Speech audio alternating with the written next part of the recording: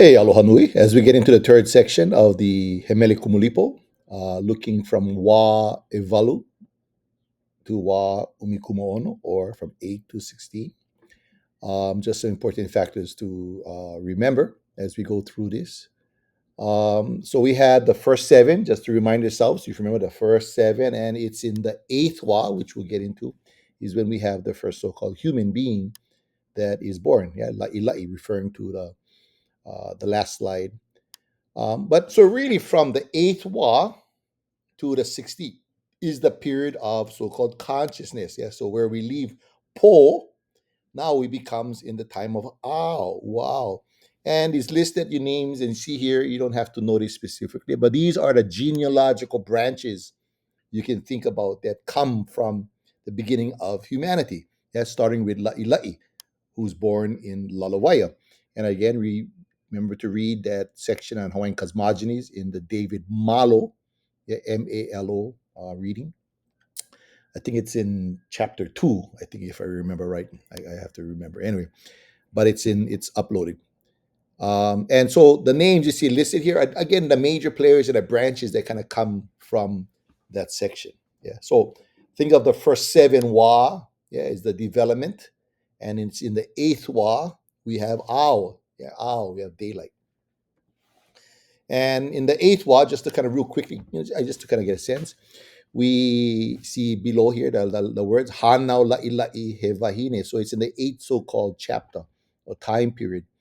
La'i is born, and she's born in a place called Lalovaya. And again, it's the story is told in the Malo um, Hawaiian Antiquities book story.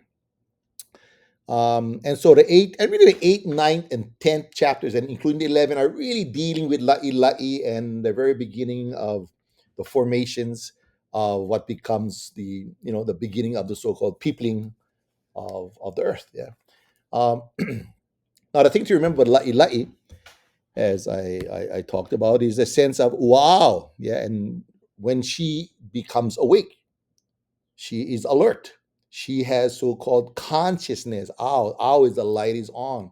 And so this is also another important element of the Kumulipo, where we transition from Po, or deep, deep darkness, like the Kumulipo, and as if it starts to lighten up, and eventually the sun rises. Wow.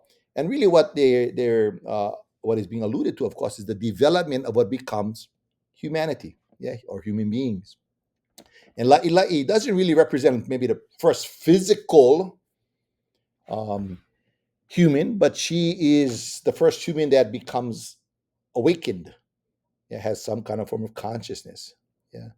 And it's a transition. So in the Hawaiian story of evolution, it's not just a physical evolution that occurs. It's really something that happens where La'i is to represent this ability to have consciousness. And what is consciousness? Well, as I was taught, does a dog think about what I'm going to do next month?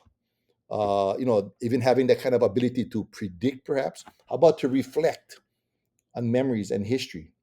What about language and communication? What about the ability to think and contemplate things in a way that only humans appear or seem to do? Yeah. So when you think of the wow, the transition, now another important point, if you remember at the end of the first seven wow, those lines, po no, everything is pono. Everything is still dark, but the idea of everything is in balance. Well, what's interesting in Kumulipo, after La'i comes forward, they don't that those words po no is over. Now it's not just sense that it's no longer dark, but also the idea of porno. Yeah, there's something about humanity. It means when we come upon the scene, we throw off the natural order. So this is a very important lesson in many ways that's inserted into this story, that we as human beings, that when we come upon this place, this planet, this earth, in fact, think about any place that we move to or we go or happen to. Think about when the first Hawaiians came upon this place, how we turn and transform the so-called natural order of things because of our nature. Yeah, that when we move upon the land, we do things unlike any other creatures, and you can tell this pretty easy. No other creature manipulates the environment the way that we do. Yeah, we'll take water from one valley and create a water system to make it flow somewhere else. Will create taro patches, for example, into the streams. Will in the reef system create a large pond-like feature, yeah, to do aquaculture or fish ponds. Yeah, so you can see the way we can manipulate our environment is like anything else. The way we can, I mean, think about this. Yeah, do other animals, decide and say, hey, I can't see the top of that mountain, so let me cut that mountain off, or let me go and, take off these trees. There's no other creature that has developed nuclear weaponry, for example. Yeah, think about that. What other creature out there has the ability to destroy this planet over and over? Yeah, humans. And so part of the lesson, I guess, that's the lesson that it's also teaching us that we have to be careful as beings, and we as human beings, that there's something about us that's very different, and that we have to be conscious of the fact that whenever we come upon the scene, we have this awesome power. They're very godlike. We have the abilities that we have is unlike any other creature. But there's a kuliana, there's a responsibility that comes with that we must also remember that with this power, awesome power, has that great potential for awesome destruction. And so that's why our kupuna would always say things like, walk lightly, meaning be careful what you do. Yeah, when you go fishing, don't disturb the environment unless you have to. Yeah, if you're gonna do planting, or if you're gonna, that it's always, we should always concern ourselves with not trying to just simply creating disorder. Yeah, and again, if you think about it, it's very different than the so-called holy world, like with Genesis, that mythology of having dominion. Everything around you is for your use, to be used, to be created, to be exploited. When the Hawaiian story is very, very different. Eh?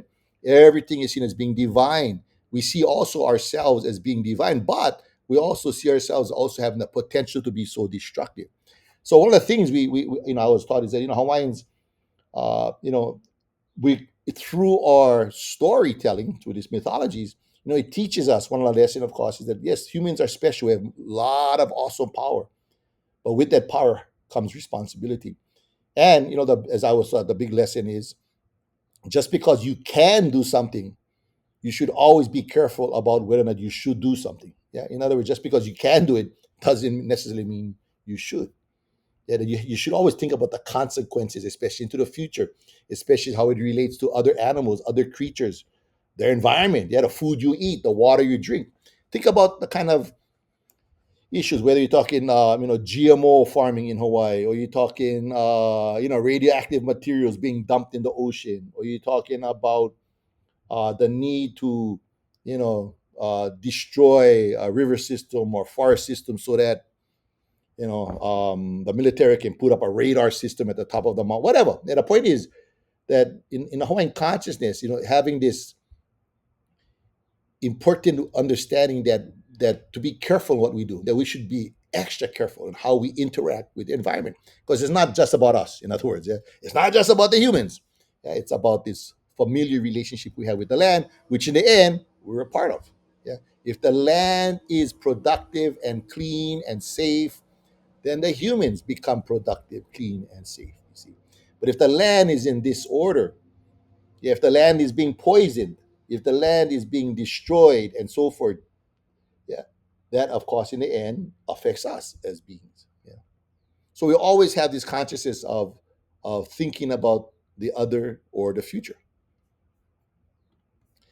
And so, and I'm just real quickly going to see. So you notice the word ola ila'i there at the top again in the ninth chapter. But a lot of this is kind of just, and I'm going to, you don't have to really know about, just know that it's still dealing with la'i and her relationships and her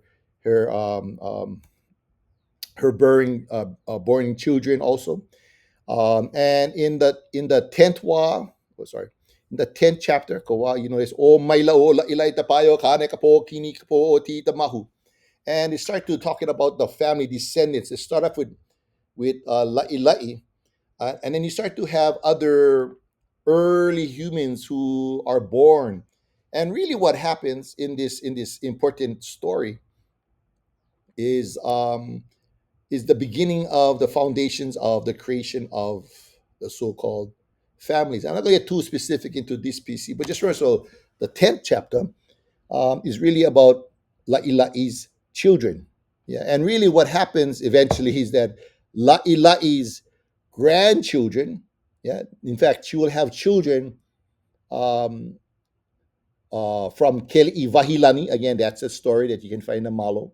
And those children eventually, I'll make a long story short, the grandchildren of Kane and Ki'i, yes, you remember Ki'i being the eldest, Kane being the second child, they will eventually mate with one another. And so begins this long, long story. So the 10th was really about how the offspring really of Ki'i with La'ilai and the offspring of Kane with La'ilai will eventually uh,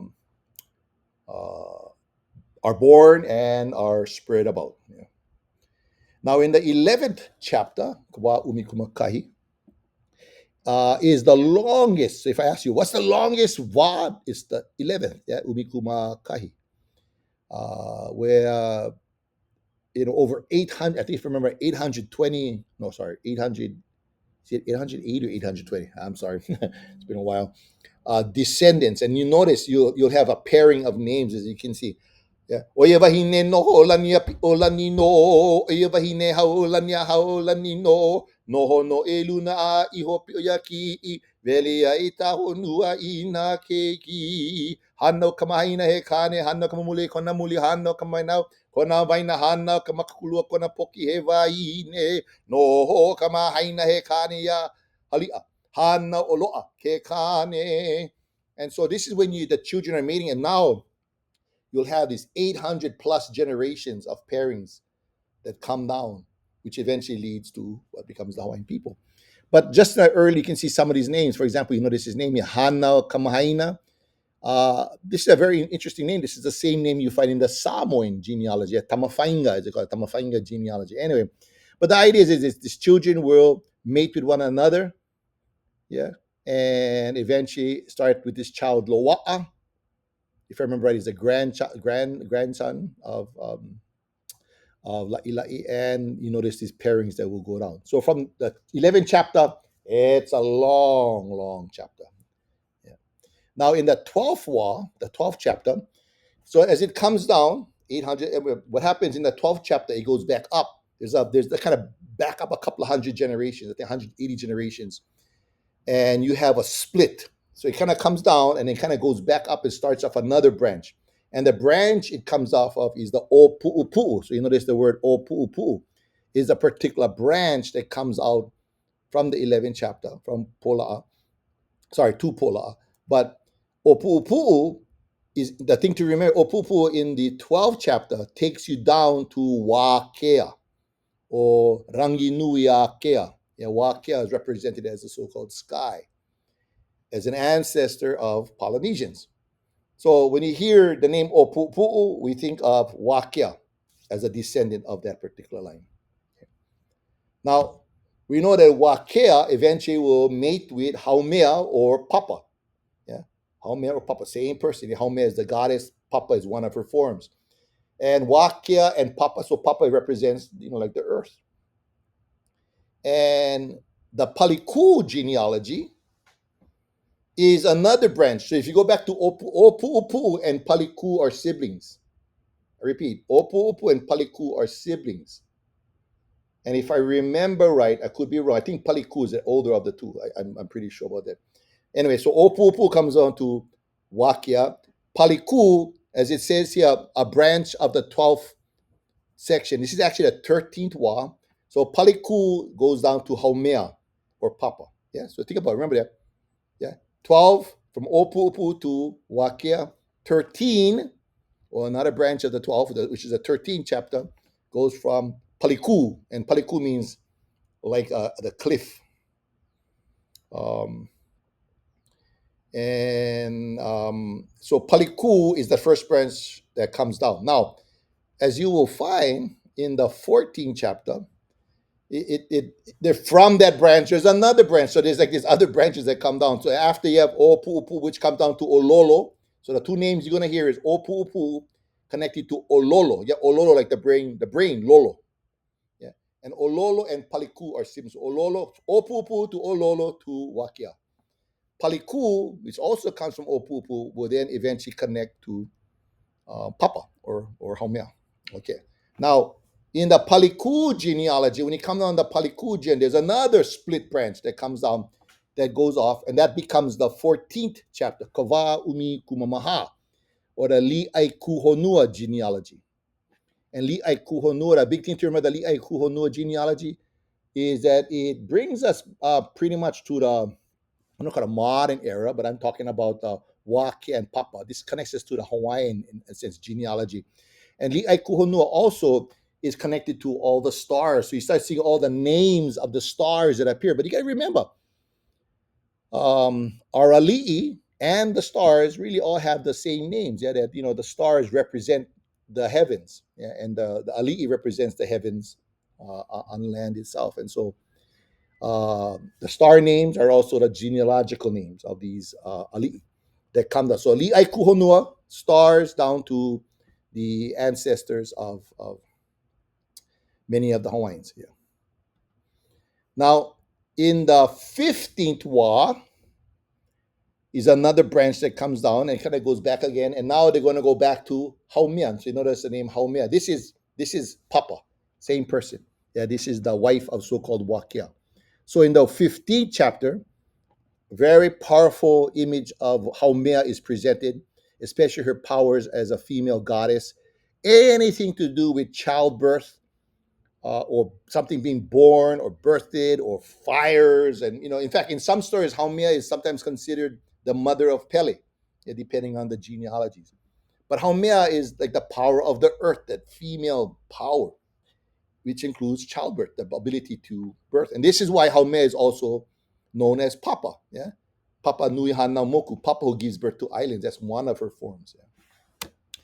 Anyway, a big thing for the 15th chapter, it talks about Haumea, and then eventually it gets down to the birth of Haloa. Yeah, so we think about the 15th chapter of Haumea as Papa, and of course Haloa as the son. Yeah, comes out in that chapter. And then we move to the 16th chapter. So the 16 is the end. So after Haumea and you have Haloa, yeah. And the main thing to kind of remember the Haloa. So Haloa appears really in the 15th chapter as an important uh, person, I guess. Actually, he appears earlier, but this is when his kind of story is told about Haloa and his connection to Taro.